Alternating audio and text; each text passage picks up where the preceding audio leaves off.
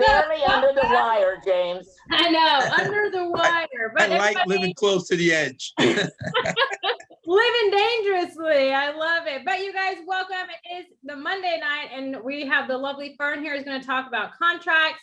But before we even get started, I want to say hi to Vincent. He is our newest member, Vincent Haywood. So Vincent, go ahead and take a minute and tell us about your book, your organization, and everything that you have to offer. Hello, everyone. My name is Vincent Haywood. It is first and foremost an honor to be here. I am humble to be in everybody's presence. Last month, I had a book to be published and printed and put out on the market entitled Testimony Over Titles From Prison to Promise. It is now available on Amazon and ebook, also available in the UK. Last night, I had a podcast interview from a gentleman in the United Kingdom. God is really moving in my life. I'm so excited. I feel like I could just talk for the rest of my life now, but I am proud to be here. I'm looking forward to being a part of what Amy and Sandy and everyone else got in store for me. I'm hitting the ground running. We are so excited. Congratulations. We're going to be having Vincent book launch April 30th through the 2nd. So make sure that you guys, you want to be on, let me know and attend, but make sure that we give him all the support that we can. So mark your calendars for April 30th. That's when we're kicking off the promotion of his book. So I'm going to drop the link to his book so everyone can check it out in the chat. But before I do that, I do want to get our conversation going. So we lost Fern, but she'll be back. Sandy's here so she can help me talk about it. So we are teaming up with Houston Writers Guild, Authorology, and Authors Marketing Guild, and we are going to be offering book subscription boxes. And so with that, Alan has offered that all of our authors, he would waive the fee of being in his bookstore so we can offer your guys' book in the subscription. So if you guys are interested in doing that, please send me an email and I will get you all the information on everything Alan's going to need. So you can send it to Alan and let him know that you're a member of Through the Eyes of Authors. So we're hoping to have our first subscription box go out June 1st. So you only have until April 15th to make the decision if you're interested in doing it. We'll give you all the details of everything that you need. Alan sent me kind of a rundown of details, so I will send that out to whoever is interested in being in the box subscription. But we're kind of hoping to do this and get you guys more reads and more reviews on your books and more people into the community as a whole, as all of these organizations. So we're all teaming up together. So it's going to be a lot of fun. I highly recommend it if you're on the fence about it. I don't know why you would be, because this is an awesome thing and you guys all get to be in it if you want to. So just send me an email and let me know, but we are super excited about it. It's kind of, Sandy's been doing a lot of looking into book boxes because James had a client, client Haley Kilgore wanted to be in book boxes, and that kind of inspired the idea. And I was like, well, why don't we all just do one and team up together, because we all have amazing authors. So totally. Okay, so Amy might want to point out that as long as they're a member of our group or Alan's group or Fern's group, one of her authors, then there is no charge to have your books in there. It's absolutely free. Yeah. So what would be in the box, CJ, you're asking? So what's going to be in the box is we are going to send out, you can either have the option of doing ebooks if you only want to give us your ebook, or if you want to give an actual print copy, and the person gets to pick what subscription they want. And based off of that, we're going to put 3 books in each box.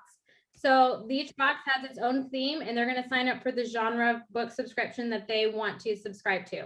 So based on that, we'll kind of select the books to put in there, but the box gets 3 books in there. So if you have any promotional items you want to go in there, a bookmark leading that has the rest of your series or whatever, make sure that you include that when you send it.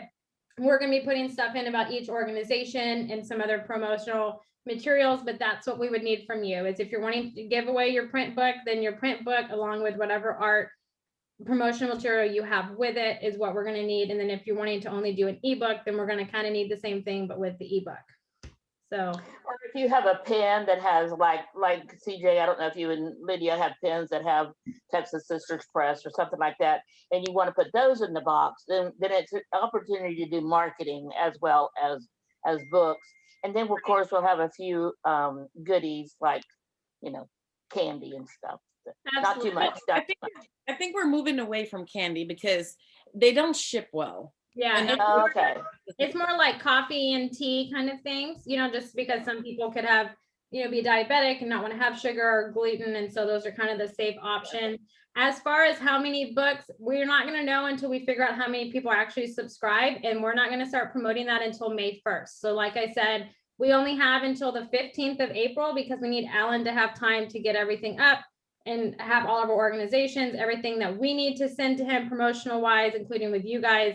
So if you can email me that and I have the total tally of people that want to do it by April 15th, that's going to give him time to do that where we can start marketing the subscription in May 1st and we can send out our first box on June 1st. So we won't have the number until then. And Okay, Amy, he did send us an information thing, and it has a link to a location on his website where you fill in the form. Mhm. So it'll be easier if you just fill in the form there, so that he knows and he can start scheduling to upload the files for the ebooks and things like that. Yeah. So if you're And interested, I'll forward that to you so you have it. yeah, and I'm just still try to- trying to understand the mechanics of this. So you have 3 books per box, and those are sorted by genre. So can multiple people buy a box of a particular genre? Like if 10 people wanted a series of mysteries, would you have to supply 10 Yeah. books to go in the box?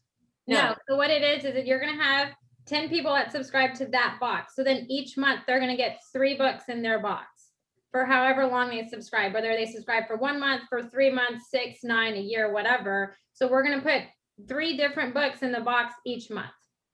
So Okay, there's but what if new what books. if what if 10 people want to subscribe to that particular? Then I'm going to need 10 copies of your book. If it's going to say that your book is selected to go out in the 3rd month, I'm going to need 10 copies of your book. So each one of those 10 people get 1 copy of your book. And Okay, do we, question. Are we giving away the book for free or are they buying the book? You will get a percentage of the subscription sales. So you'll get paid for your book. It'll be a reduced price, but you'll get paid for your book. Yeah. Okay, So the price of the program, is set so that it'll cover the cost of the shipping, right? And the materials, and to be able to pay you slightly reduced on your book. And the organizations themselves are not going to be taking any money toward, and we will send like HWG and Authorology and Through the Eyes of Authors, we'll send goodies for the box, but that'll come out of our just general working funds. Right.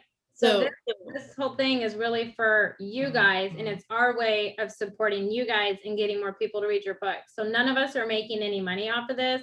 We're simply doing it for you. you're facilitating it, okay. Yeah. How does it work if you want to put an ebook in there? So Yeah, an that- ebook is going to be just on a card. You will send the file one time, and Alan will load it into his system, and then he will Okay. generate the card for it so that it'll go Okay. in the box. Okay, all right, that makes sense. Okay. Yeah. So they And- have the and the good- option of picking. And just a note for Alan, you don't, for this project, you don't have to be a member of Mhm. the association. You don't have to be a part of his bookstore. He's not charging anybody anything to be part of this, and he volunteered to be the one that ships everything out. So Right. So we're all Thankful. we're all doing it together. So like I said, there's 4. It's the Houston Writers Guild, Authorology, us, and then Authors Marketing Guild, which is Alan. And he's the one that's going to be shipping everything out. But the subscriber that goes to it has the option of doing an ebook subscription or a print book subscription. So if you want to be on both, we would need both from you. If you only want to do one or the other, we would need that from you. But I have the details. So like I said, if you guys email me, I'll send you that file so you guys can go and fill out the form and have everything that Alan needs. And it'll kind of have more information. Now we're not going to start marketing it to get subscribers, I guess is a good way of saying it, until March 1st. So keep in mind of that. We don't know how many books we're going to need, but we will let you know. So to give you time to get them to us. So we're going to give you all of that information. I'm just telling you what meeting we had at 10 o'clock this morning, and we're all just super excited. We're like, we're going to come and tell everybody tonight. So we're super excited that this idea had really taken off, and it's our way of just giving you guys another one platform to sell your book on, which is Alan's bookstore, but another way of getting readers for you guys, reviews for you guys, and just us supporting you. So with all that being said, it's been a crazy 11 minutes. And so I'm going to kick it over to Fern to talk about contracts, because I know everybody's been dying for the contract conversation. Fern loves talking about contracts. I am very interested to hear what Fern has to say and how I can apply it into Abundantly Social. So with all that, Fern, it is all you. All right. Well, I'm excited about the book thing too. And so let's talk contracts, people, because I'm going to share my screen so that y'all have the, you can see the PowerPoint, because you know I love PowerPoints. And Oh, so- wow. oh yeah, you like my little my purple lady. All right, so we're going to talk about contracts. So, you know, they're really like a humongous topic, right? I mean, there's a lot to contracts, but what we're going to go through is what kinds of contracts you're going to probably need. And we're going to just look at the types of clauses that each one might entail, okay, that you might want to really think about.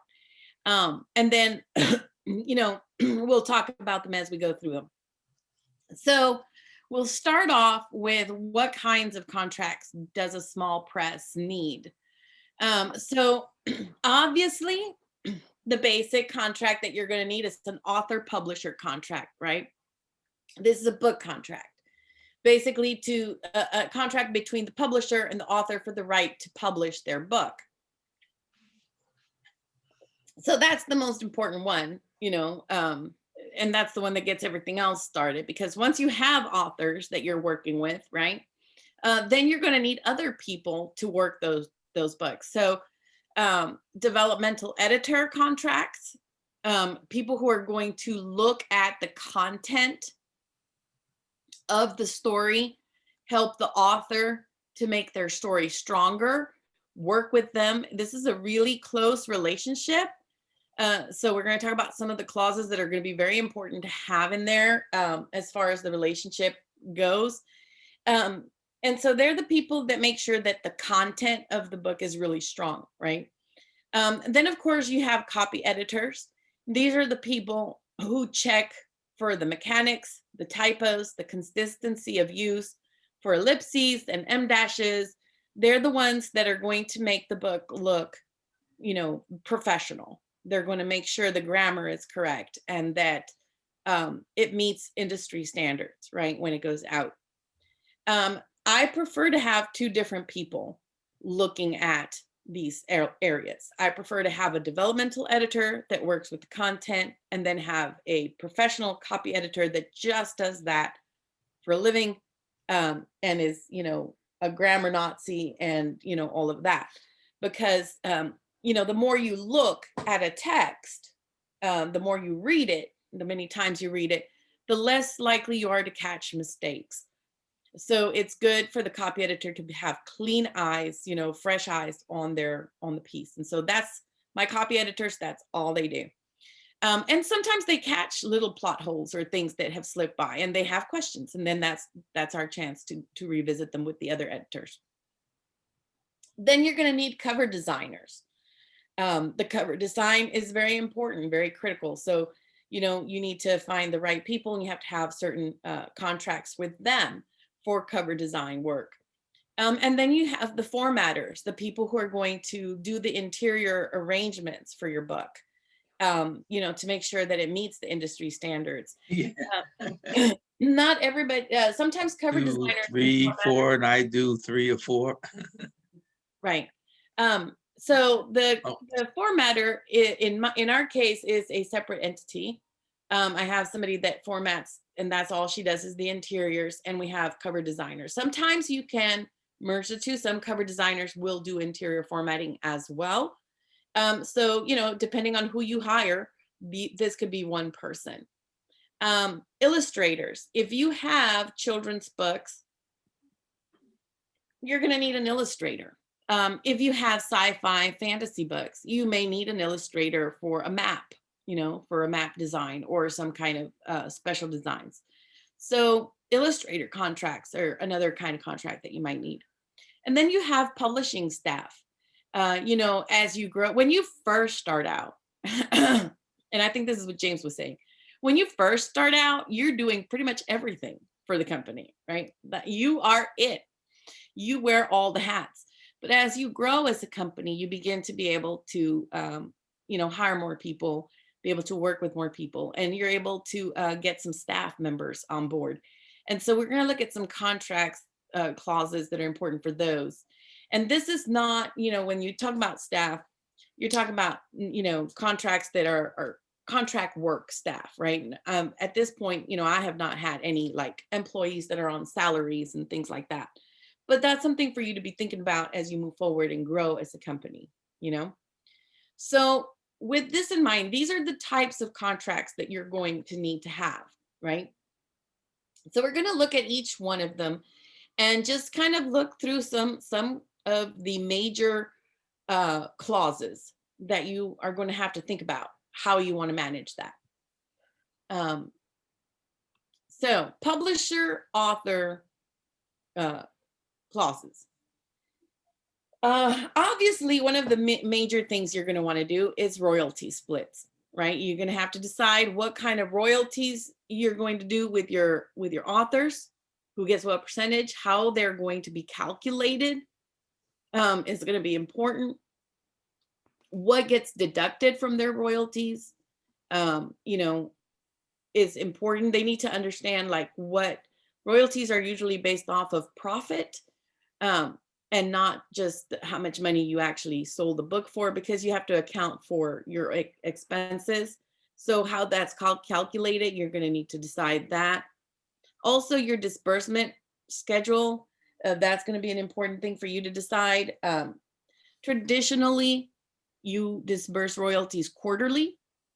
However, if you're a small press, biannually is a good idea to start with, because you don't have that many sales, when you're first starting out for quarterly. And so biannually, their checks are going to be a little bit nicer. And you save yourself a lot of, days of accounting stuff to go through if you're doing it biannually. Also, what kind of information that you're going to give them about the sales. They need to know, you have to let them know, okay, what kinds of information are going to be on that royalty statement? How much will they know about where their book has sold the best, right? This is something that you can decide as a company, what is the royalty statement going to look like, and how much information you give them about the channels that you're using. What happens when you discount books? That needs to be a clause. Obviously the royalty split has to go accordingly. And basically this is a clause that basically protects you as a publisher and says, we can offer discounts on your books and you'll get paid based on the money we make, and then of course, getting signed copies of the books. You want to have a clause that says that they will provide you with autographed copies of the book, to make sure that they know that's something that's required from them. Obviously they're going to do it, but you want to have some autographed copies in stock, in your inventory. Marketing responsibilities and decisions. You are, as a company, are going to do marketing for them, okay? But you as a company need to decide what that looks like.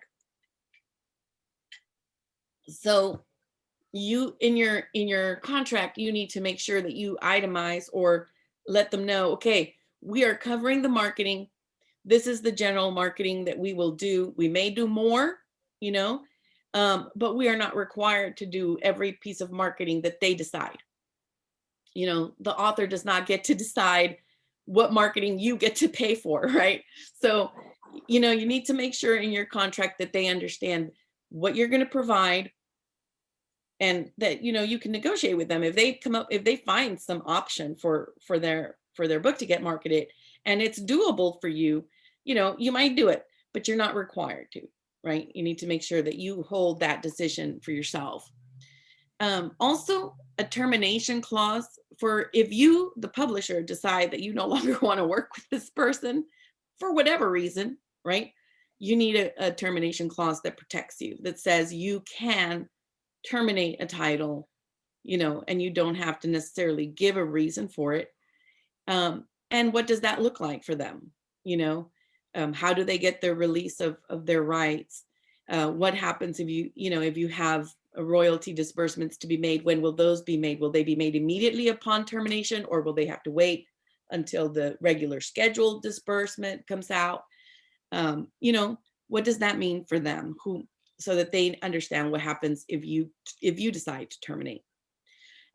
This is also important because you're small press, and you want to make sure that all your contracts have some kind of termination by you that can be unilateral. Okay. Because, you know, if you die and your heirs don't want to keep going, you don't want them to be tied, you know, to a whoever inherits your company. You know, you don't want them to be tied to these contracts. You know, they'll be able to exercise a termination clause and fulfill it for the authors. So that's very important. And then you need to have a termination clause for the author. What if the author decides they don't want to work with you anymore? You know, what will that look like? This is where there's a lot of discussion, you know, in the industry, because there's a group of people, you know, in the industry that are very anti termination clauses, and termination fees and things like that. And, you know, if you are a publisher, you have spent money, company money, to make this book. You have paid the developmental editors their time for working with these authors. You've spent money. And, you know, depending at what stage the author decides to terminate, you know, depends how much money you've invested. You may be holding inventory of their books. So you need to have a termination clause that is fair, to you, you know, to the money you've invested.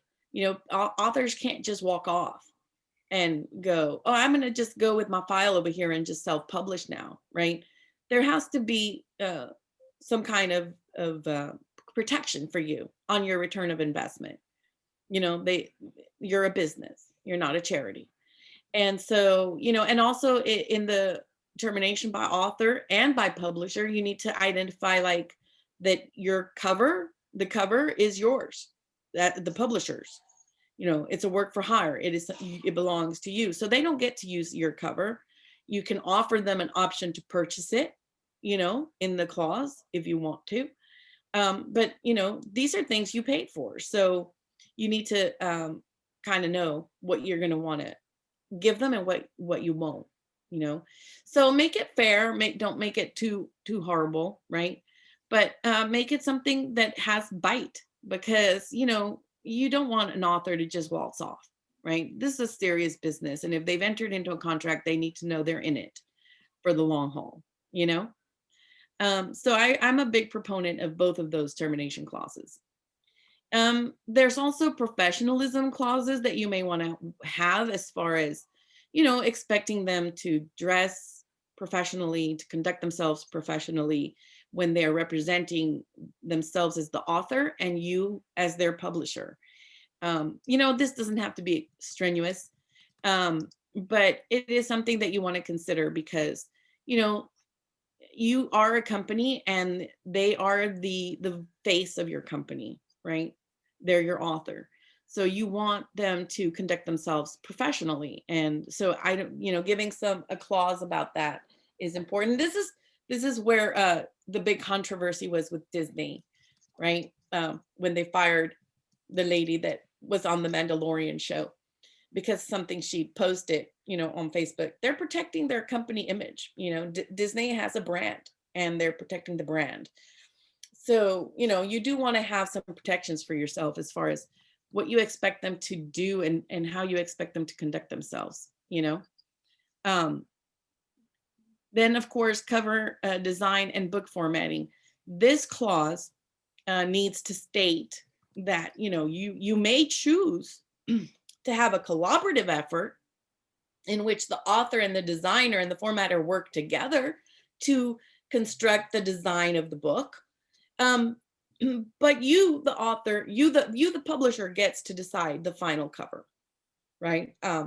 You have final say on what that's going to look, because you know what sells. Okay, authors have images in their heads of what they think they like, you know, on their cover, but you are the one who's doing the marketing, who's doing the market analysis. So, you know, you have to be able to sell the book. So final word on cover design has to be yours, you know. And so, you know, when we get to cover designer, I'll talk a little bit about our process, but, you know, they have to know that you will be the one that makes the final say if something just doesn't work on a cover, you know. Events and appearances, you want to have a clause that itemizes your expectations of that. For example, on ours, you know, they are required to be at their book launch, right? They have to be there for their book launch. That is the one and only event they are absolutely required to attend, right? Because, you know, obviously it's their book launch, right? But there's a clause that says, you know, we do have events and we will let you know about them. And if you can be there, you know, you're encouraged to be there. And in this clause, you want to itemize who pays for what for their appearances.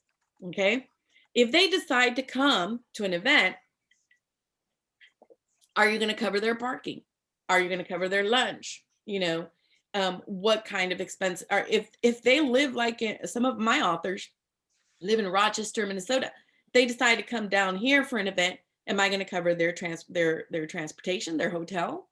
You know, what is that going to look like? So as a small press, you don't want to have expenses that you cannot visualize or that you cannot quantify, right?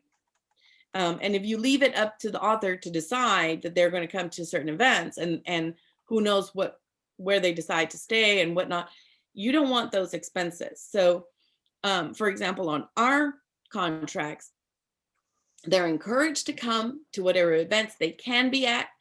And it's categorically states, we do not pay you for we do not reimburse you for your expenses to be there.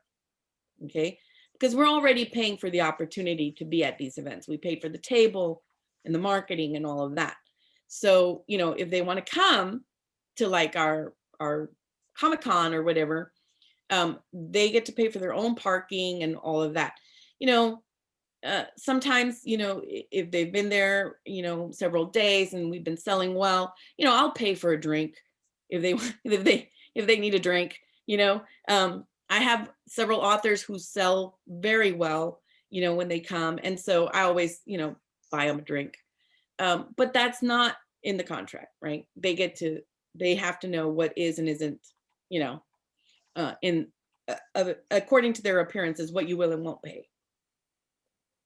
So making it flexible for them is important, but also letting them know, you know, the more events you're at, the more your book is going to sell, because nobody can sell your book the way you can, right? Also publicity and platform building. What are your expectations of them? That should be in the contract. You know, do you expect them to have a social media platform? You know, do you expect them to post on a certain rhythm? What kinds of things are you going to expect for them to do? Should they have a newsletter, right? What are your expectations as far as their website is concerned? So you want to itemize what they will be expected to do as far as publicity and their platforms, right? Their digital presence. And towards this end, you know, as we go through, we're going to talk about contracts with some other staff members as far as promotional materials go. You might be providing some materials for them. You might provide banners. You might provide promotional flyers of their books. You may, you know, provide trailers and things that they can then post on their website and they can use on their social media and such, right? So that the look is, you know, working as far as what they're posting on their site and what you're posting on your site, right?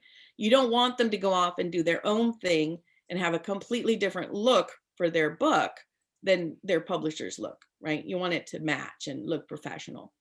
So there may be some things that you're going to provide for them so that they can build these things and keep them up. And then there's things that they're going to just have to do, right? Because you don't want them posting just buy my book, right? So they're going to have to build, you know, an audience in other ways as well. Book purchasing by the author. This is a clause that you need to have, you know, at what price do they get to buy their own book? And then, you know, can they go and sell their own book and keep that money? You know, or is there going to be an accounting process for sales they make? If, you know, are you going to give them inventory to go sell and that then they have to account for? So that's a decision that you need to make as far as authors making their own presence in different events.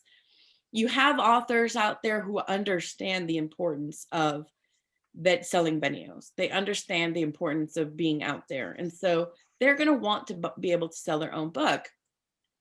We opted for giving them half off.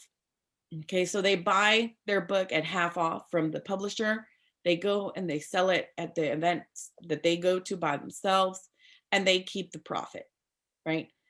We don't give them royalties on those purchases because that's our cut, you know, and then they go off and they make money on their own books at their own events. Because that was simpler than having to figure out how we would give them inventory and then account for those inventories and then bookkeeping for the sales, you know. So that was just a simpler method.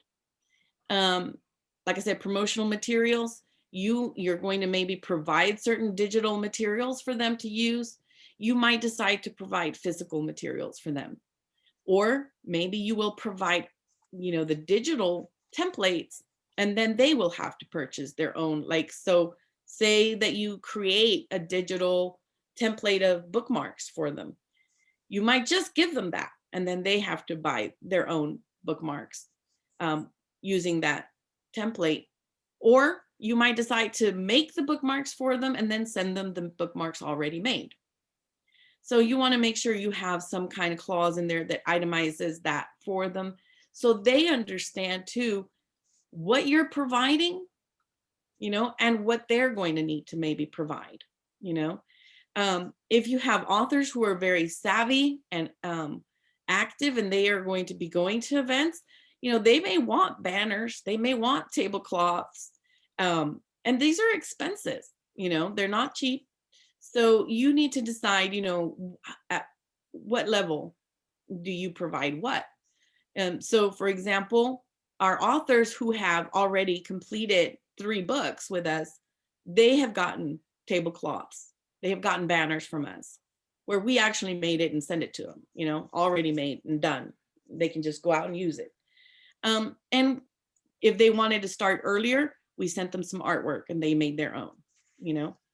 So, you know, it's up to you how you're going to negotiate that, but it's important to have it in the contract so they know, you know, what to expect from you and what to expect from themselves, you know. So these are just some of the basic clauses that you're going to have to decide how you're going to manage these areas, and then you have to draft it so that you're protected and so both parties understand what's expected, right? So this is the basic contract, right? Author, publisher. So now looking at some of the other contracts that are involved in small presses. So the developmental clause. With developmental editors, what is the work that's covered? You know, how are they going to be assigned? Are they going to be assigned per book? Are you going to assign them an author that they're going to be working with? And so they will actually work with that author on whatever books that author makes? Are they assigned to work on a series? So they are committing to being the developmental editor that guides the author through the entire series. Also, things to negotiate is what genres and types of contents do they want to work with? Not all developmental editors want to work with certain genres. Sci-fi, fantasy, not everybody wants to work with those, right? They're very specific. Erotica or, romance that is a little steamier, not everybody may be comfortable working with that. So you want to make sure that your developmental editor is comfortable with the genres that he or she is going to be assigned to. And so that's part of what you want to have in your contract is how are you going to assign them work and what genres, or if they have specific ones that they want to exclude, that should be itemized on there.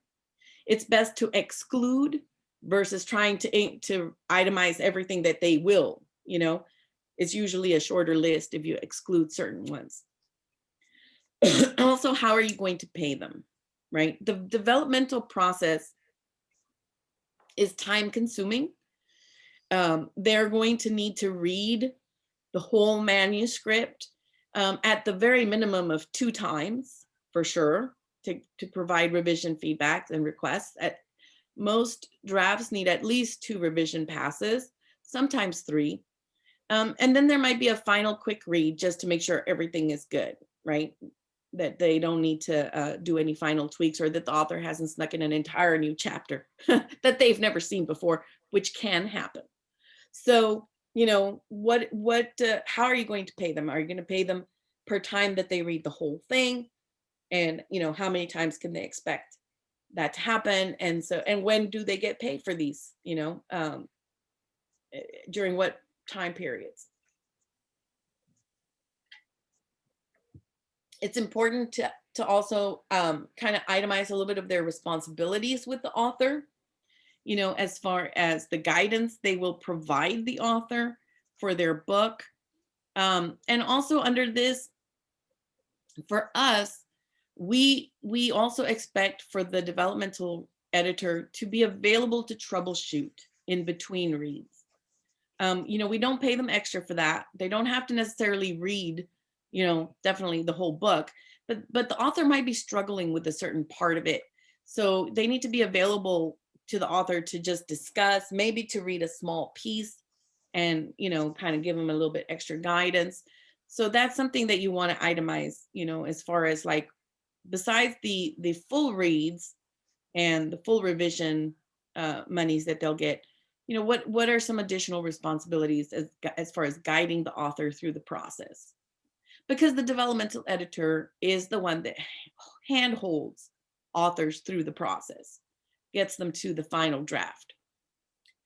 You want to have mediation disputes, some kind of clause that talks about how you're going to mediate between the author and the editor, right? If they are having difficulties with their author, what is the procedure that they should use? Who can they appeal to in the company? Who will step in and mediate between the two? And then, of course, between the publisher and the editor, between the company and them. And that's something, too, that you might want to put into the author contract, a mediation clause, something where you're going to try to work things out, and what procedure will you try to work things out? And then, of course, terminations. Again, you really want to have a termination by you. If for whatever reason you no longer require their services, or you're just, that person's just not working, they're just not getting working for your company, they're not a good fit, you want to be able to terminate them fairly. And also that if they want to walk away, right, if they're in the middle of a project and they're going to walk away, that leaves you hanging with that author. And so you have to think about how can they compensate you for that, and what is fair, as far as terminating the work in the middle.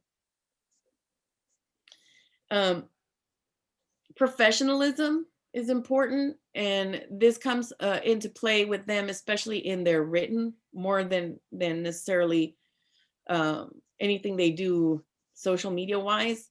You know, professionalism in how they speak to their authors, how they address their authors. You know, that's something that you want to make sure that you have in there, something that says what you expect, you know, because it is the author's book. And, you know, the developmental editor can give feedback, but the author's voice and vision has to be honored. So, you know, you want to you make sure that they know that. I also added here, and in ours, we do have events and publicity type stuff in there because, you know, sometimes I have an opportunity to put these people on panels. You know, there may be writing conferences that I can, you know, send them to on a panel, or it may be a part of a literature track at an event. And so, you know, you want to put on there that they will be offered opportunities like these to appear on behalf of the company. It is up to them if they want to come. Again, we don't pay for their expenses. And, you know, you want them to build a platform, you know, because you want your people to have work, you know, and to be known as high quality people. Like I said, in our notes, we do usually do a full read. They get paid by full read. And then they do, you know, do some little smaller bits of work with our authors in between the full reads.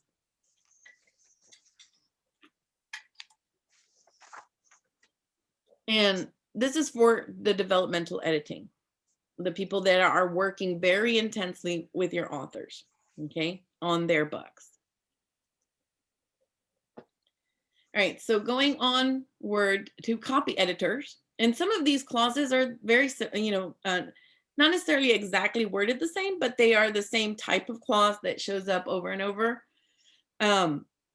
What is the work that's going to be covered, you know, and genres, because copy editors also sometimes don't want their name associated with certain genres. I know that we had that come up with one of our copy editors who didn't want to do a romance book, you know, so because she didn't want her name associated with the genre. So that's important to know. What are they good at?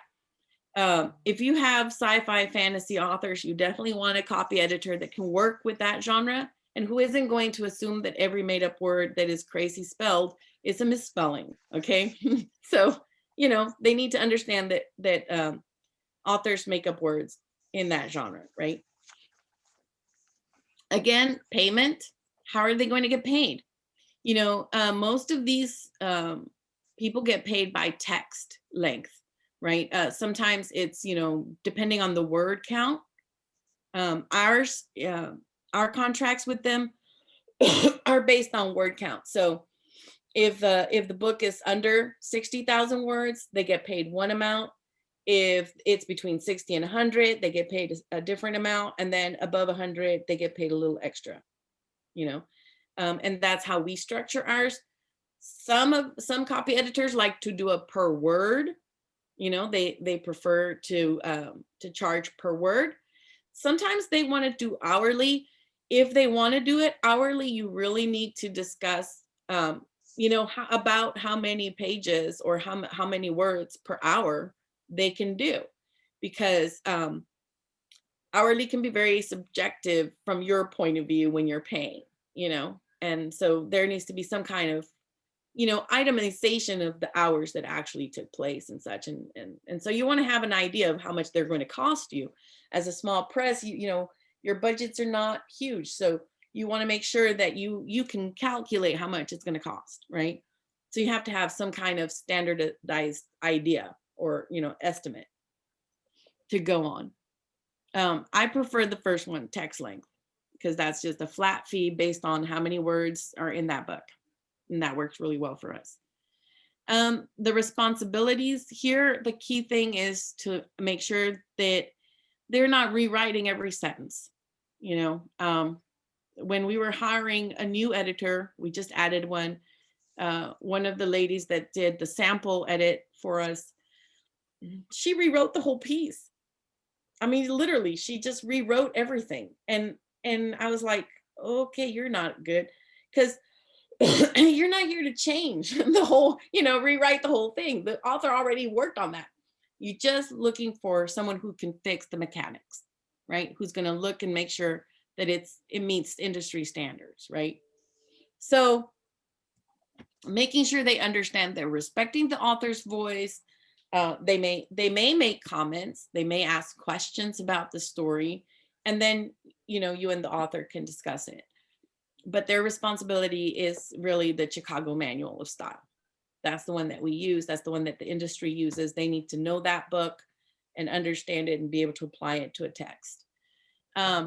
Disputes, again, make sure that you have a mediation clause in there, of how you're going to try to resolve things amicably. And then terminations, right? If they're in the middle of a project and something comes up and they need to terminate, how are you going to handle that? If you need to terminate them, how are you going to handle that? So it's important to think through what these clauses will say, right? And then of course you draft them with an attorney. Professionalism clause is also important. I always include a professionalism clause because I think it's important to let our workers know that we expect them to be professional, in the way they conduct themselves, in the way they communicate with each other, with me, and some, again, events and publicity stuff, because again, sometimes I have opportunities to put you on a panel as our copy editor.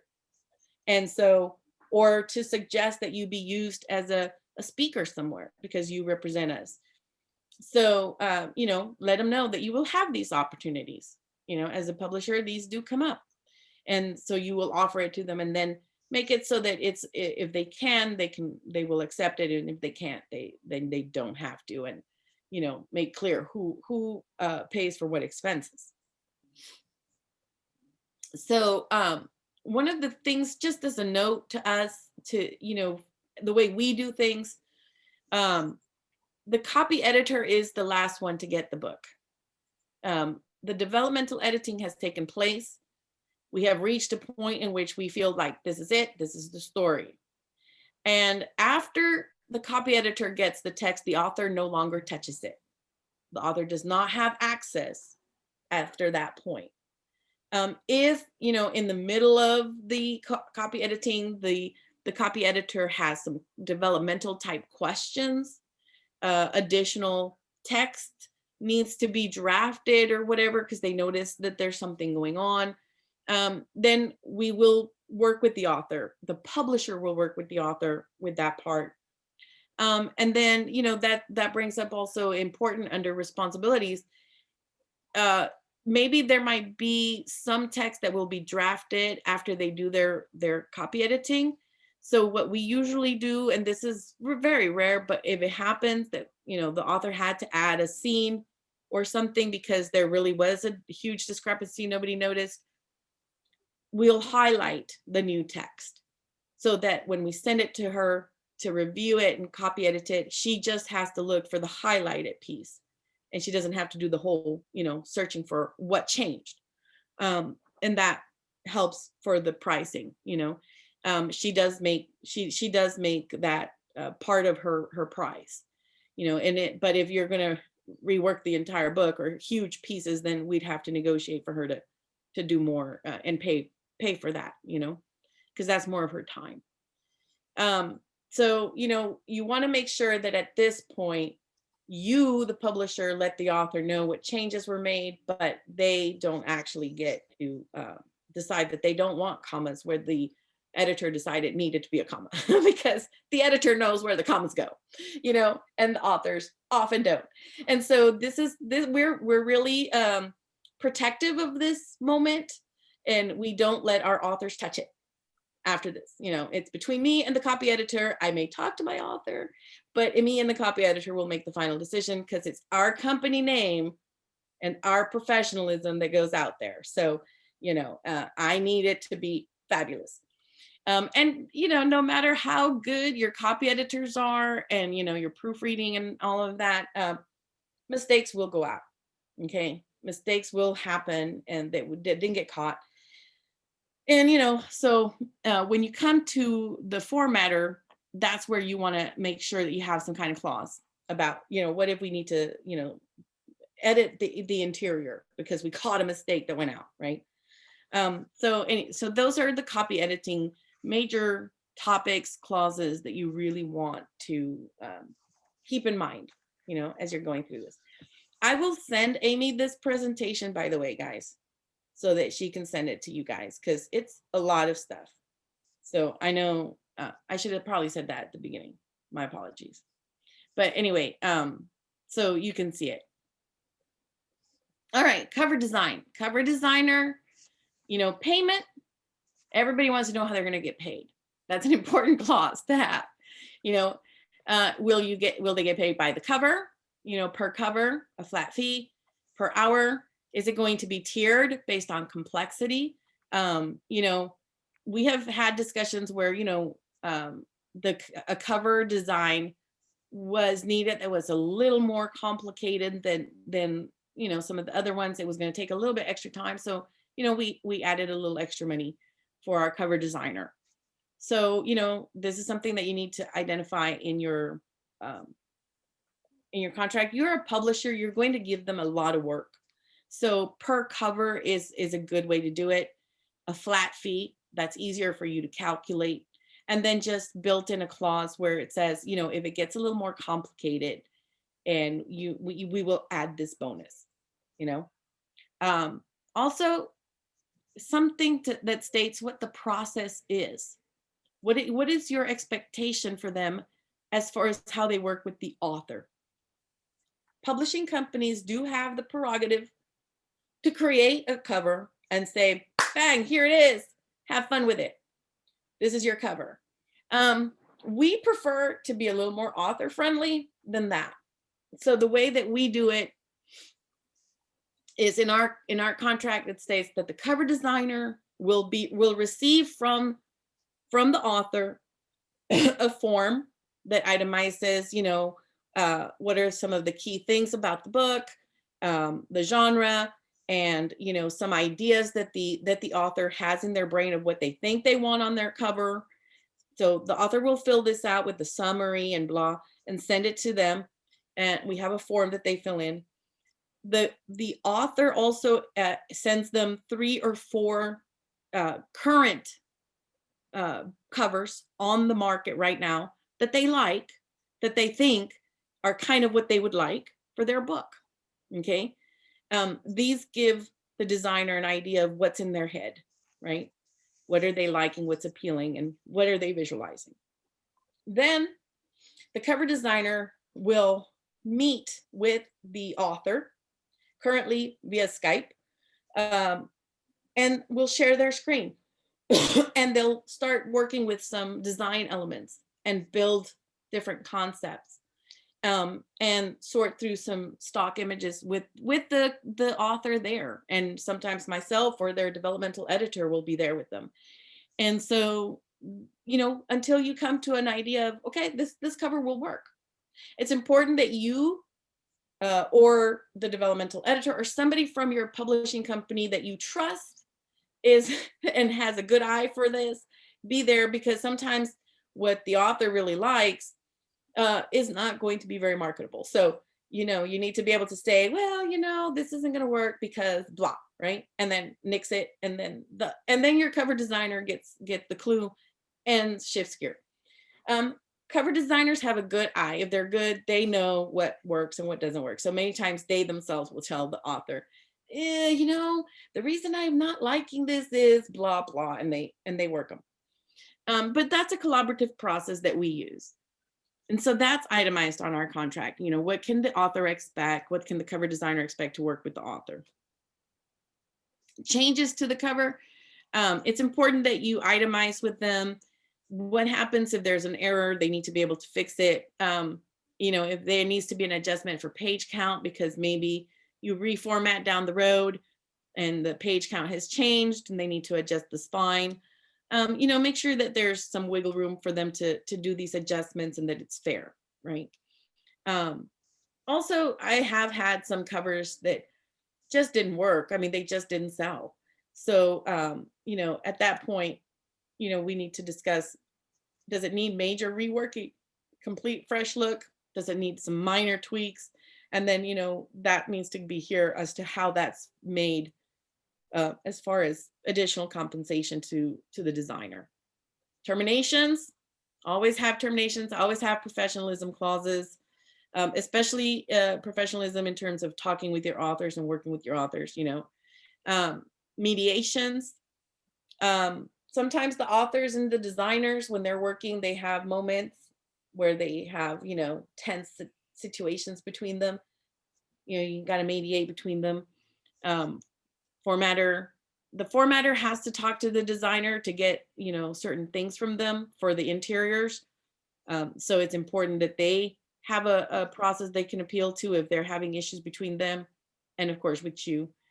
Again, events and such is important because I do put them on panel sometimes.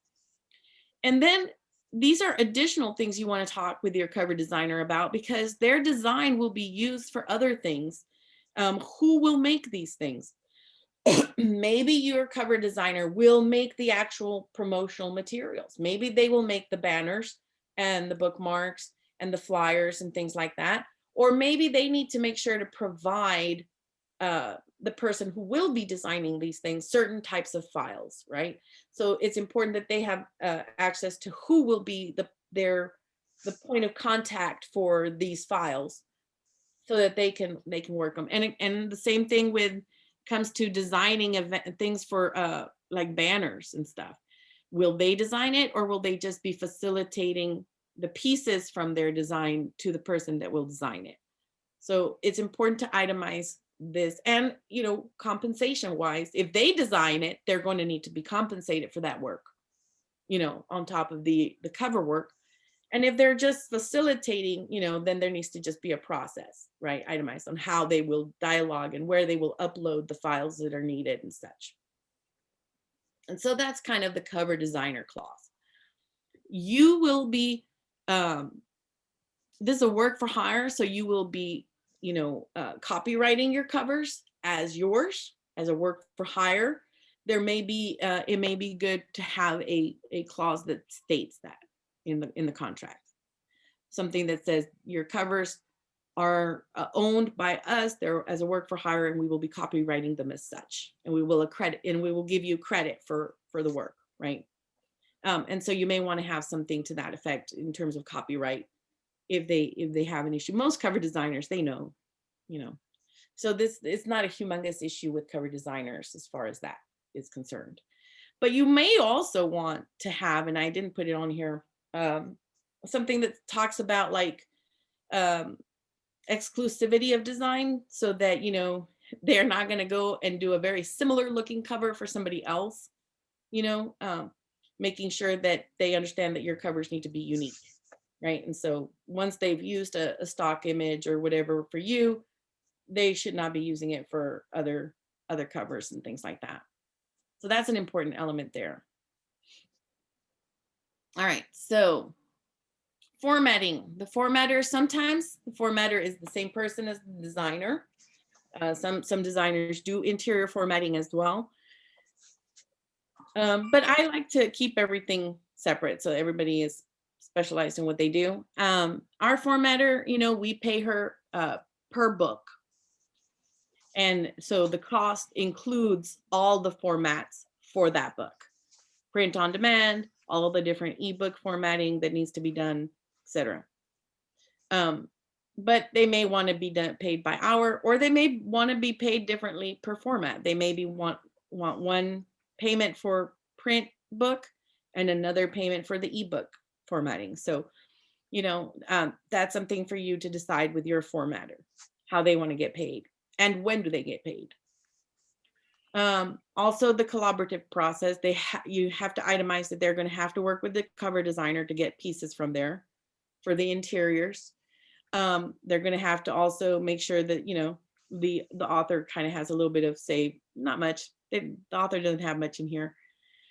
Changes, you want to have something in there about, like, if you find, a heinous typo on page 25, will they go in and change it for free and give you a new one? Will they charge you for changes? At what point do they charge you for changes to the interior? And so that's an important one to itemize. Small things like, a missed comma or a typo, that's not a big thing. But if they're having to do a lot of changes or reworking the format, then there's going to have to be a cost. Terminations, always have something about how to terminate so that there's a process in place. And if anybody wants to walk away, they can, and they know what to expect. Professionalism, is important. Mediation clauses, some kind of procedure, itemize a procedure of how you will try to work things out. And, if you can't, then, you either terminate, and mediation clauses, usually attorneys will have something like, this does not waive any rights that either party is entitled to. And again, events and appearances, because sometimes you do want to feature them at panels and conferences. So, giving them that option and itemizing when, they will be compensated for stuff and when they won't. All of these people, cover designers, formatters, even our editors, they are on our website, on the About Us, on our staff page. And on there, there's a link so that people can go and see their work and see who they are and learn more about them. And so, we do have in our clauses, under the building platform, that their website has to look professional. It has to be up to date. There has to be a way for people to contact them and follow them, because they are part of our staff. And we want to make sure that if somebody goes and looks up, well, who is Fern's, editor, they can look at them and have, a good situation. It isn't just, some crazy lady next door. So those are the formatting clauses. Ooh, we're running out of time. Okay. Illustrators. Illustrators, how are they paid? Are they going to have a royalty split? If the illustrator is a separate person from the author, then obviously the author gets royalties and the illustrator gets royalties. So you want to itemize that. Are they going to be paid a project fee? So they know that they're going to work on this picture book and that they're going to be called upon to do X number of pictures. And so they just charge by the project. Some charge by picture, okay? Depending on how many pictures, they will charge you per picture. So figuring out that element. If it is a royalty disbursement, making sure that they know when it's going to happen, how the payments will be made, or when they will be paid if it's a different payment method. Who owns the copyright of the illustrations? Okay, it's a work for hire. You're hiring them to work with your author for this project. So you make sure that they know that you own the copyrights and that the author knows that you own the copyrights to that. Who gets to keep the original artwork? Sometimes it's digital, so there is no real original artwork. But if they're creating a map and they're doing it in pencil, right, and doing the work, and it's an actual, art work, who gets to keep that, So that's an important piece to negotiate with them. And then use of the artwork by the illustrator. They may want to use some of the illustrations that they did for your work to promote themselves, right? And so, how much of that can they use? And how can they use it? And they have to make sure they attribute it to you. If they get to keep the originals, okay, if that's part of what they want to do and you negotiate that, and they are going to put them up at a juried show or something, there needs to be attribution that this was work done for the book, right? So you need to itemize in there, how are they able to use the artwork they produced for you? Okay. Do they want to have discounted copies of books? You know, some of them do. Some of them want to be able to purchase the books that they illustrated and be able to sell them on their own. So that may be a clause that you add in there. Also, signing artworks, prints. You know, if you decide to do prints, promotional prints for the book, you know, you may ask them to sign stuff. What is their marketing responsibility for the book? You know, how will they help promote the book and the work that's in there? So you want to make sure that you itemize some of that, what you will do and what they will do. Terminations, always think about how can you peacefully and equitably end contracts that you enter into. That's very important, because you don't know. Everything may seem like it's going to be fabulous forever, but it's not always lasts forever. So having that is important. Professionalism is important, you know, mediating disputes.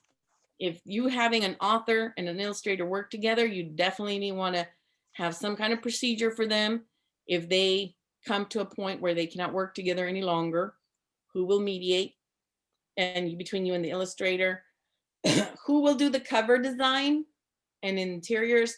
You know, usually illustrators want to do the cover. Okay, they want their artwork on the cover, but they don't necessarily want to format the cover always. So that's something for you to negotiate. Do they want to actually format the whole thing? You know, can they do that? Or are they just going to supply the art and the cover designer will actually format it?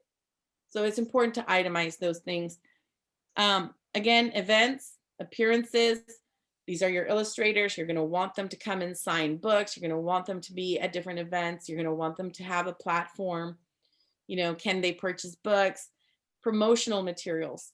You know, if you have a picture book and, you know, you want to create a mug with some of the artwork, or you want to create some other promotional materials, you know, who designs that? Who fixes that for you? You know, will they do it, or do you just have somebody else do it?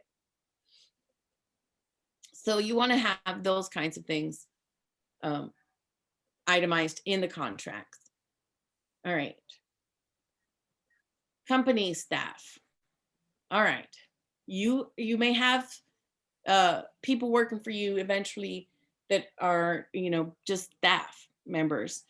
And so you want to make sure that your contract itemizes the scope of their work, right? What are you hiring them to do, so that they know?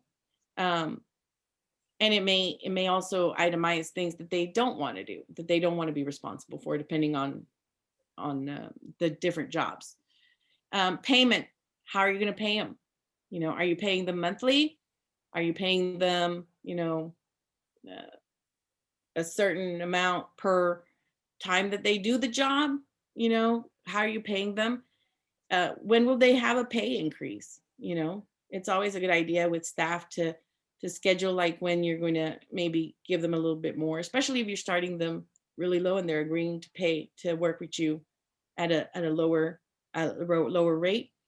Benefits and taxes, you know, we're not there yet, but eventually we'll need to think about that, you know, as we have salaried employees.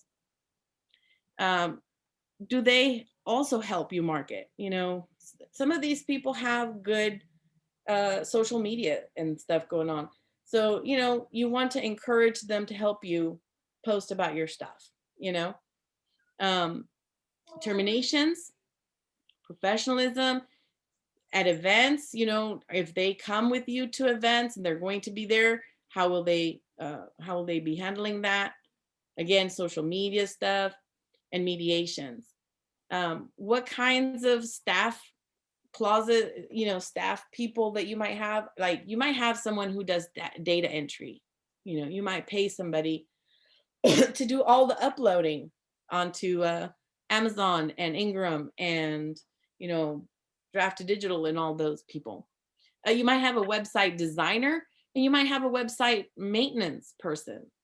They might not be the same person, might be the same person, someone who keeps up with the website and keeps it up to date. There might be someone that makes the promotional materials, because maybe they just get the stuff from the cover designers, right? And they create the materials. You might have some event assistants. You know, if you're going to be at different events, you know, there might be people that come and help you with that. There might be secretarial work, you know, that you might have someone do, a personal assistant or some interns, you know. So kind of keeping in mind the different kinds of people that you might have working for you and how you want to pay them and the kind of scope of work that they're going to be doing. You want to make sure that your contract itemizes what's expected, what is encouraged, right? And not necessarily an expectation, and how that might work. So those are the clauses. So just like some final thoughts, because we're like over time. Get a lawyer to draft your contracts. You know, it's important. One of the things that we did is we talked with our lawyer and we said, you know, it has to read so that people can understand it.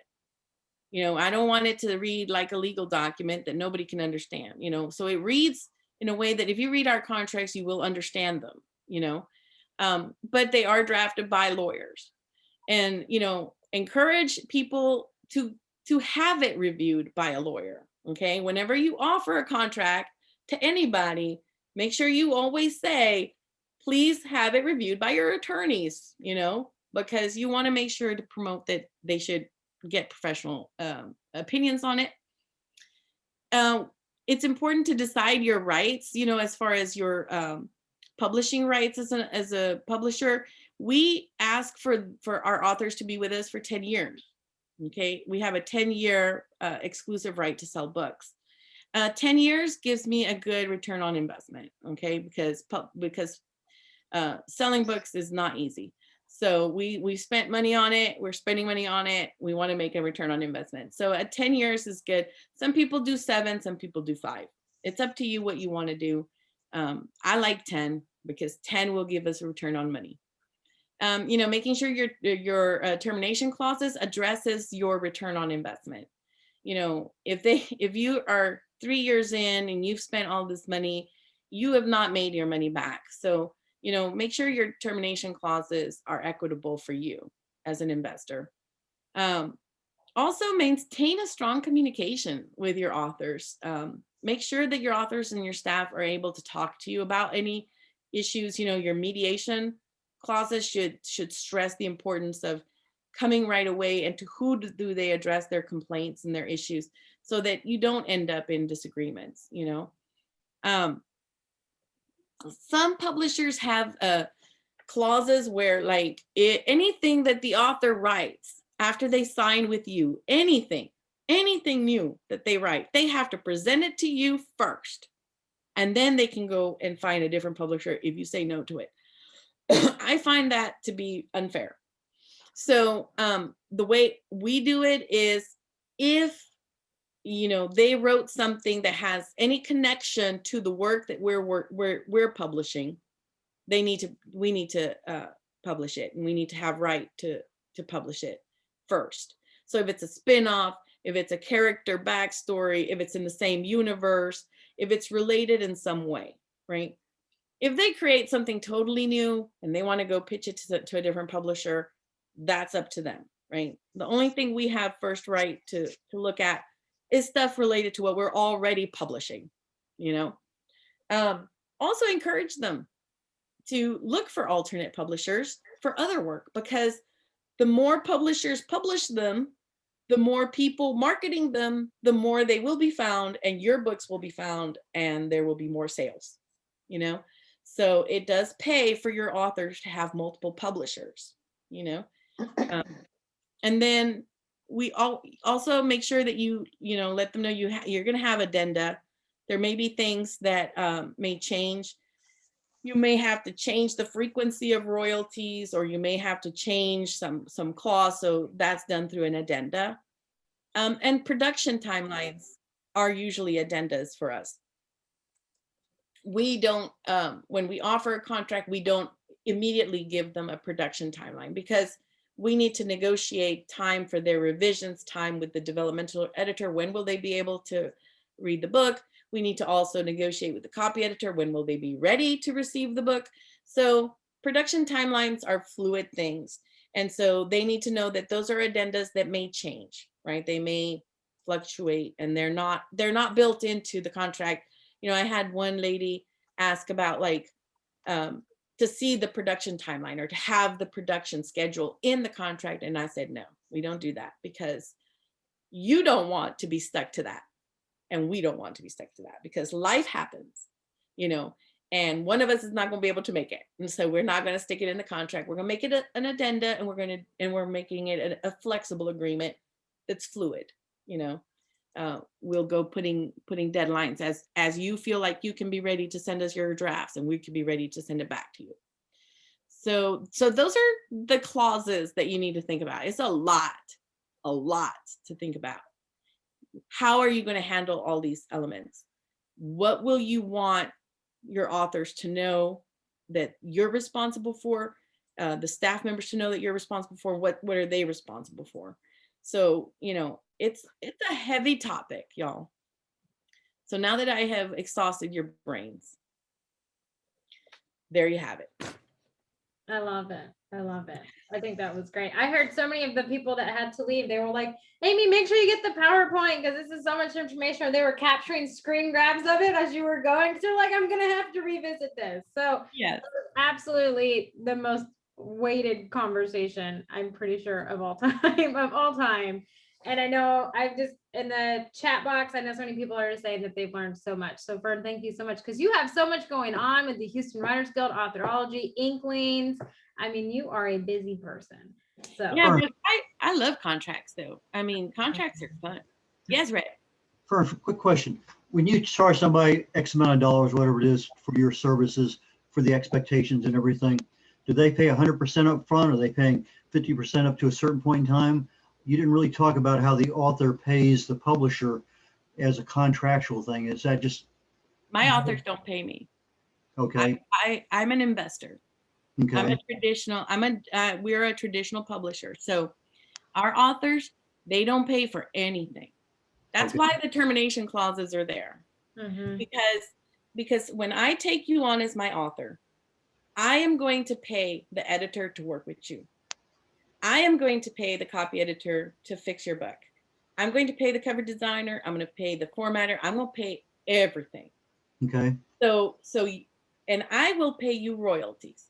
We will make money together with the sales of your book. Okay. So that's why the marketing element is there, right? What are you, the author, responsible for? What am I responsible for? It's a team effort to sell your book. And then we both make money.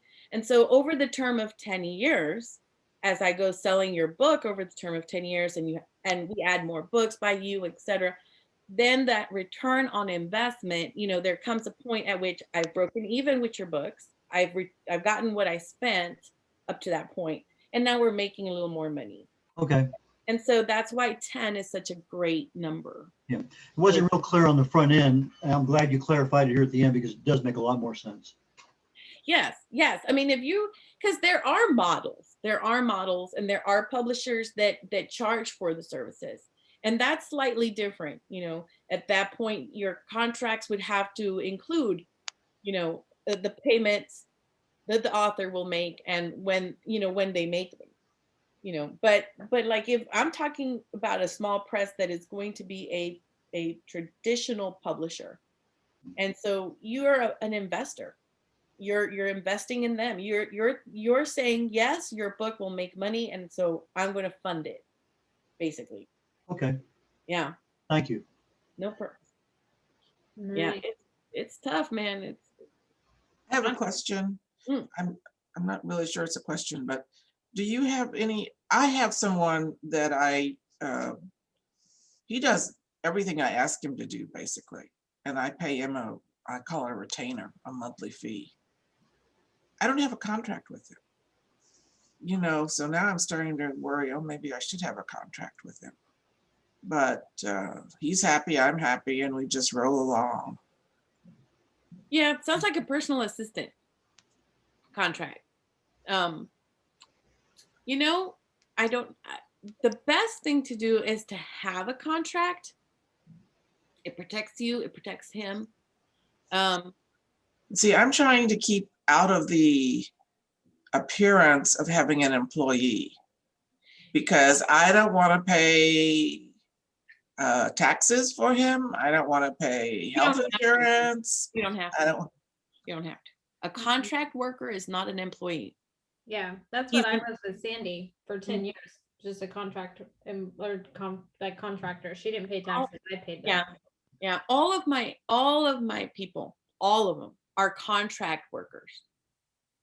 So they get paid by project, you know, that they're assigned in differentiating however they want to get paid, but it's project by project, right? So I don't pay them any kind of salaries. There's no benefit, there's no withholding, none of that. They're contractors. I give them their payment. I have W-9s from all of them. In Mhm. January, I issue 1099s. Yep. If I've paid them more than $500 in the course of the year for the work they did, they get a 1099 saying, this is how much I paid you for your contract work. And I put that little form with my taxes for Inklings to the government, say, this is the people I paid 1099s to. Right, that's basically what I'm doing too, except I just don't have a contract. He knows he's a contractor, he's not an employee, but you know, I don't have anything written if ever there were a dispute. It's all just been by mutual agreement. In Texas, technically, a verbal contract is a contract. Okay, it's legally binding. It's a contract, but if it comes to a dispute, a verbal contract is very difficult to dispute, you know, because it's a he said, she said, right? So if he goes and says that you promised him benefits and you don't have a contract that says otherwise, it's your word against his, right? You know, if you have a good working relationship with somebody, I don't think you need to worry too much, but it's not a bad idea. It's not a bad idea to say, you know what, you know, I'm starting to be a more formal press, you know, Bayou City Press is growing. And so I want to make it more formal. Let's write up a contract with each other and just make sure that, you know, because I want to be able to have my documentation as a business. It should not be a confrontational thing for him. It's just you growing as a business person and being more professional and, you know, wanting to have the business docs to go with it. And it should be fine. I don't think he would be offended, you know. But it's not a bad idea to have in writing. If you don't have it in writing, it's very hard to litigate. Yeah. Yeah, the thing is, as I said, he just does anything I ask him to do. And I'm afraid once you start writing it down, then he'll say, oh, it's not in my contract, I don't have to do it. That's where you put the phrasing Any other work request that I have. That's fine. Other duties. It's a good loophole. Well, are there any other questions before we let Fern go? It was very nice to have her here for this hour. I know she's super busy. Athena, you have a question? No, you're good. Okay. Diane, do you have anything? No, you're good. All right. Okay, I'm sure I'll get more emails later, Fern. I'll just forward them to you if they don't have your email. Yeah. But thank you. It really, I mean, I learned a lot because I was working on my contract, you know, for Vincent as you were doing it. I was making sure I had everything in there. So I was like, oh, this is nice. So I really appreciate it. You guys, this has been. And I'll send you the PowerPoints you can forward to people, and any questions y'all have, just send them my way. It's a tough one. There's a certain degree of vagueness that is preferred in a contract. You know, you don't want to be too specific because then everybody's bound by that specificity. Yeah. But at the same time, you don't want to be way too vague. So, I mean, it's just a fine line of, you know, what works. I like how you said at the end, get a lawyer to look at it. Like, just get a lawyer. You can do all this work or you can go get a lawyer. Like, you know, let me break it down. I drafted ours, right? I drafted ours because I'm a child of a lawyer. So I know legalese vocabulary. But then I went to the lawyer person who is also known as Dad and said, Dad, I need you to make sure these are good because they're going to work for my company. And he did charge me. Evil little man. He charged me. Well, I'll just tell you, I found it was hard work, but I found a lawyer in Colorado who specializes in contracts for authors and publishers. And he gave me I was running a model contract, which he gave me, and I don't know, it's like 20 pages long. And so the one time I used it, I just took out a lot of stuff that was not relevant and left in what I thought was relevant. Yeah. So I have that basic contract to cut and paste from. Yeah. I think ours is like 5. Our longest one is like 5 pages. I read. Yeah, they're not bad. But, Because he was contemplating all kinds of things that didn't even occur to me if it's ever syndicated into a TV series, if it's ever made into a movie, if it's never. I'm thinking, oh my God, that's so far away from anything in my future. Yeah, ours specifically says we're gonna do your formatting of print, ebook, and audio. The rest, you're on. No, but what about royalties? What if it gets optioned for a movie? I'm out of it. I'm out of it. I mean, because if it gets made into a movie, guess what? The books will sell. So I'll still make money. You'll be good. I'll be all right. I don't need that. Yeah. Well, all right, guys. This has been fun. Fern, thank you so much. I will see you tomorrow. Yes. Yes, I will be there for that meeting. I'll be there. But you guys, I hope everyone has a great rest of the evening and great week. I will see you not on Friday because it's Good Friday. I actually had no idea. I totally forgot that Easter was this Sunday. So we are not meeting on Friday. Go and enjoy Easter with your family and just enjoy the day. So I will catch you guys next week for sure. We'll be talking with Tony Harris about marketing. So keep in mind, she is a marketing coach. So she is bringing her webinar talking about a marketing course that she is doing. So just keep in mind, she is going to pitch that to you at the end. I don't really know how she does. She was recommended to me. So we'll just see how it goes. So she may pitch pretty heavy or she may be light. I have no idea, but I know it'll be good to talk because she is a very successful author and she owns networking groups. So it will be a good conversation to have. So keep that in mind for next Monday. But until then, I will see you guys then. So thanks so much, Fern. Bye, you guys.